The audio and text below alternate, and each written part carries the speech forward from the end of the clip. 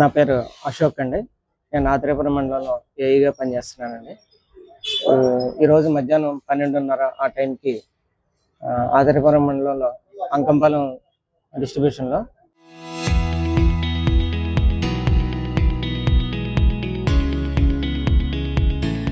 మా లైన్మెన్ గారు కొత్తపల్లి నారాయణ ప్రసాద్ గారిని ఒక కన్జ్యూమర్ వచ్చి దాడి చేయడం జరిగిందండి.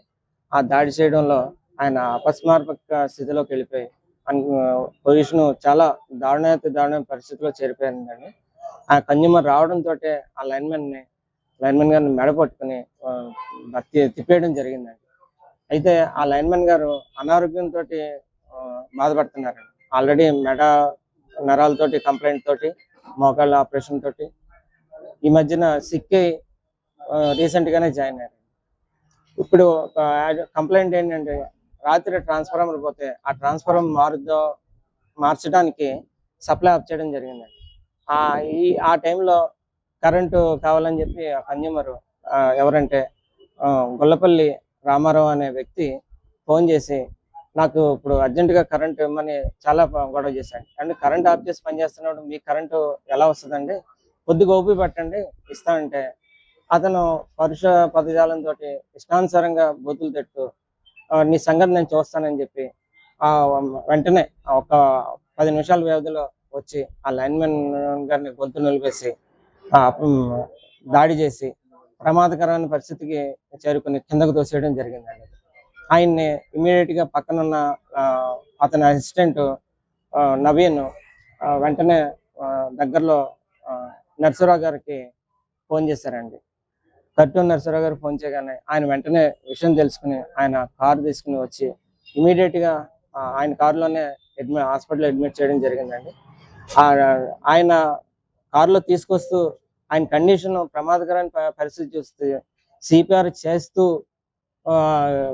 మనిషి ఎలా ఉంటాడో అని రాజమండ్రి తీసుకెళ్తే ప్రాణాలు దొక్కుతాయో తక్కువ అన్న ఉద్దేశంతో పక్కనే రావులపాలెం దగ్గర రికవరీ హాస్పిటల్ తీసుకొచ్చి అడ్మిట్ చేయగానే డాక్టర్ గారు కూడా వెంటనే స్పందించి ఇంకా 10 నిమిషాలు లేట్ అయితే చేసేది ఏం లేదు అని చెప్పి ఇమీడియట్ గా ట్రీట్మెంట్ చేయడం మొదలు పెట్టారండి.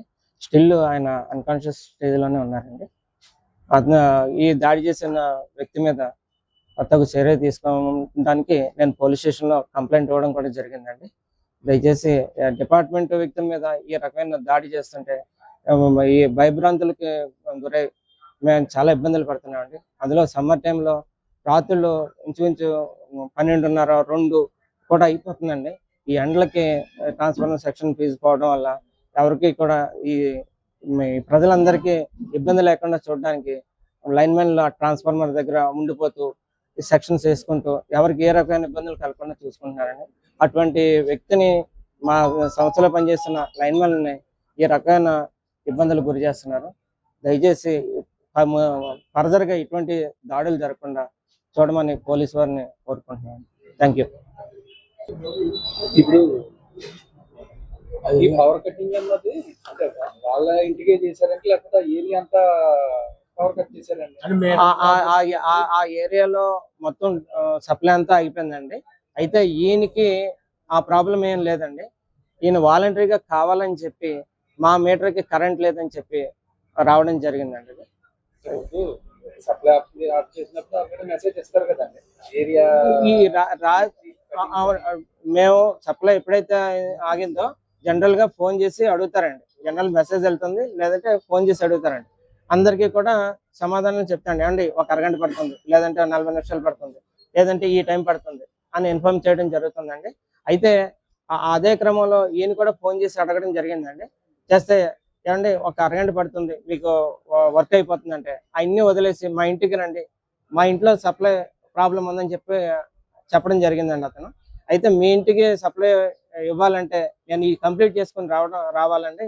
ఇక్కడ దగ్గర ఒక ట్రాన్స్ఫార్మర్ ఆగిందంటే సుమారుగా 60-70 ఇళ్లకి సప్లై లేకుండా ఉంటుంది.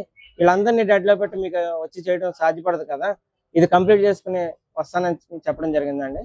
అయినా ఆ కన్జ్యూమర్ బహుశా నేను అనుకోవడం డ్రింక్ చేసి ఉండడం కారణంగా అతను అదే స్పీడ్ లో వచ్చి లైన్ మ్యాన్ గారి మీద దాడి చేయడం జరిగింది. కుటుంబ సభ్యులకి ఏమైనా సమాచారం అందించారమ్మా? అవునండి, వాళ్ళ కుటుంబ సభ్యులు వారి భార్య వాళ్ళ అమ్మాయి కూడా హాస్పిటల్కి రావడం జరిగిందండి. వారు కూడా ఇక్కడ హాస్పిటల్ దగ్గరే ఉన్నారండి.